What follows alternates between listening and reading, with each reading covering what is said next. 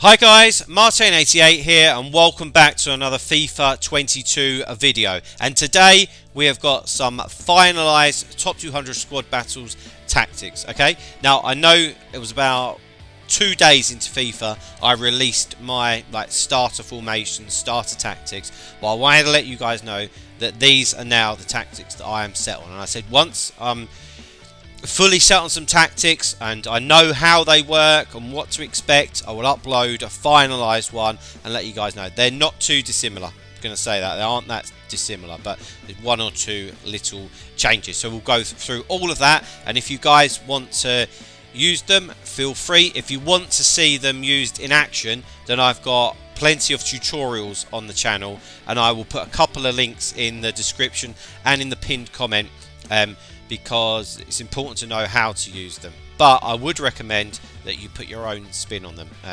So yeah, let's get straight into them. And before we do, I just wanted to let you know how I've been getting on in terms of validating that they work. So a couple of weeks ago, me and my partner, co-op partner, were the third highest co-op pair.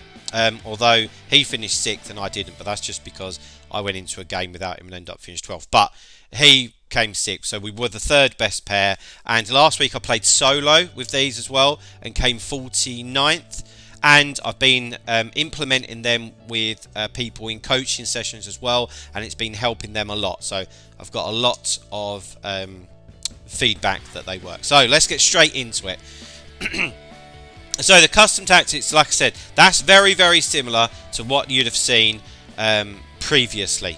But I will just go back through it in case you haven't watched that video or you're a new subscriber, because I know a lot of you are. So defensive style, we go pressure on heavy touch, okay? And that is just because we want to be slightly on the front foot without going overboard. And my belief is that if you do press after possession loss, or of course if you do constant pressure, the AI, it'll just start passing round you. Constant pressure, trust me, does not work.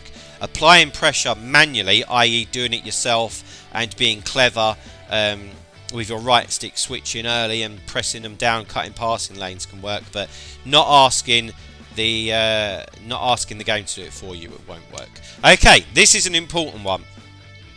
Defensive width, we've got it on 45. You could even go a little bit more narrow. If you've watched any of my tutorials, you'll know that I hang my hat on defending really narrow. So important. The AI is dangerous through the middle, so we want to push them out wide. So we want to be as narrow as possible defensively. And to be honest, it's actually something that I should probably consider. And I would say happily go down to 40. It's just mine's been on 45, and it's probably just where I know how to defend narrowly. I've just been right stick switching and pulling them in, so maybe I would want it a little bit more narrow. So yeah, that could go down, but certainly don't put it up. We don't want to put it up. The depth, don't think it really matters that much. Played about with it, you wouldn't notice the difference, in my opinion, between 40 and 60. Of course, this is all squad battles related. I'm not talking about online. The AI doesn't play balls over the top and run in on goal. They might play a ball over the top, but then they will just come back and go inside and muck about with it. So the depth doesn't matter too much.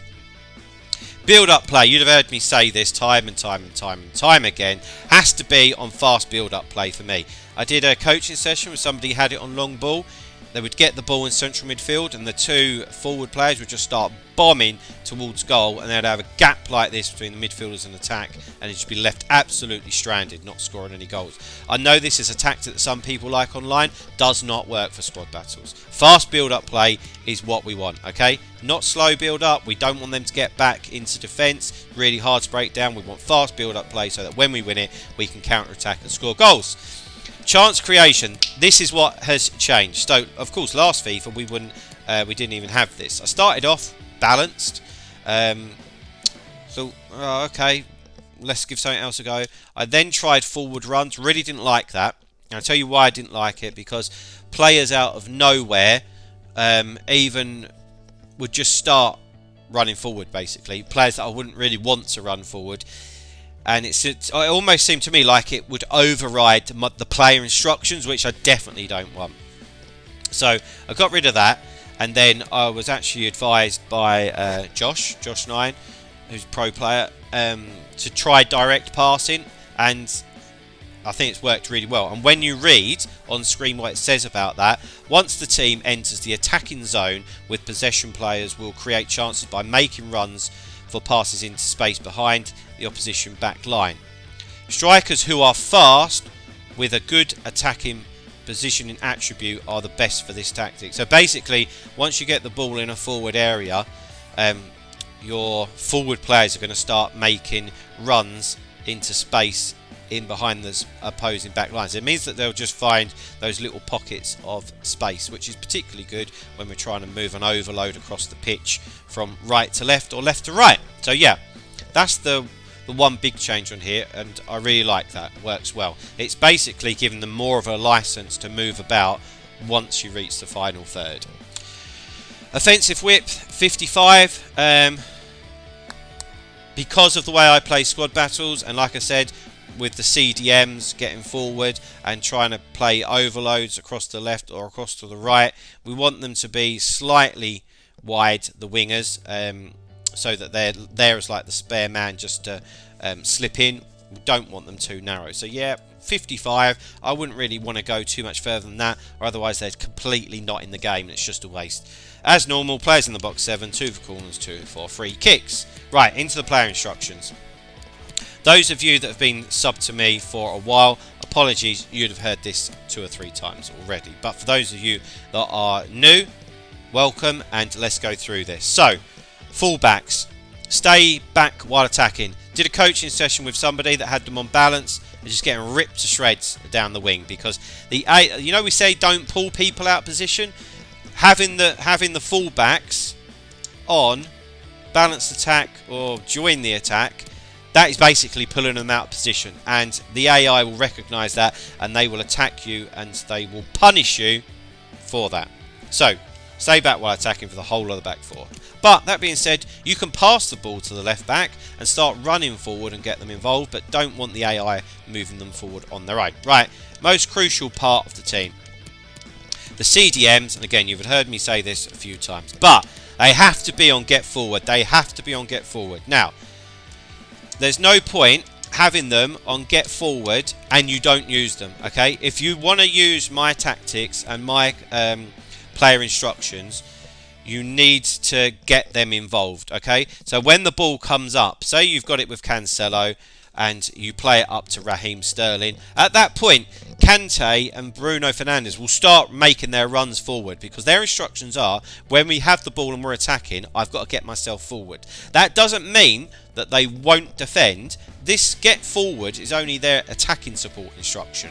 When you lose it, they're still CDMs and they will bomb it back and defend for you, so don't worry about that. But they will get forward and just wait for them to get involved, get the ball into them, and then all of a sudden you've got 6 players in an advanced area, probably 6 against 4. So if the AI have got 4 at the back, you then have Kante, Bruno, Foden, Son, Sterling and Jesus. 6 against 4, we can create those overload situations and score lots of goals. But there's no point just getting it here and just running forward and forget that they even exist, because you're just draining their stamina for absolutely no reason. We also have them on cover centre. We don't need them going out wide, because again, we want the AI to go out wide. We don't want them in the centre. We want to keep it nice and congested in the middle. Okay, Cam, Ram and Lamb, all the same. Stay forward, get into the box for crosses.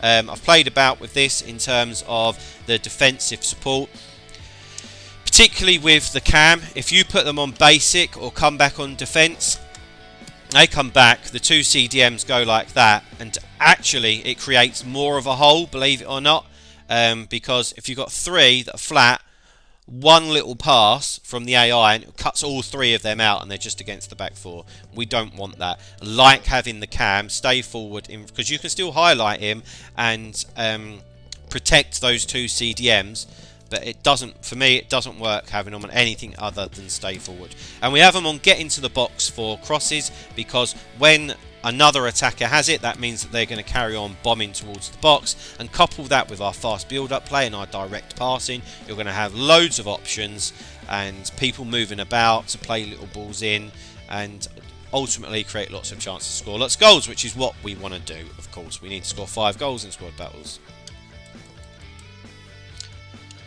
Right, and up front we have Gabriel Jesus, the inform. I might add, he's actually really good. Stay forward, stay central, getting behind, as you would expect. We don't want our striker to do anything else, but of course with that direct passing, he, along with the getting behind, it's making clever runs into the space, so that we can then pass it back in field, create the overload like I've been talking about, or just bomb in on goal and finish it. So yeah, that is what we've got, guys, and that is what I hang my hat on. And if anybody turns around and says they don't work, I'm going to disagree with you 110%. If they're not working for you, it's because you're not using them properly. It's as simple as that. I've got a long list of people that are using them and it's working for them. But you do know, like any tactic and any formation, you have to learn how to use it. You can't just, it's like online. You can't just watch a video like this of text and just change to his formation and tactics and just expect it to play for you. Like, it will just, the tactics and the formation will just help you if you're playing a certain way and if your play style is complementing the tactics that you've got, basically. But that being said, if you do want more instruction regarding that, you can contact me for a coaching session or get into the comment section and just ask away and I will answer all of the questions for you. But guys, that is where we're going to leave it for today. I really hope that they help you. Like I said, any help, please contact me, and yeah, please drop a like on the video, subscribe if you haven't already, and I will see you next time. See you later, guys. Bye bye.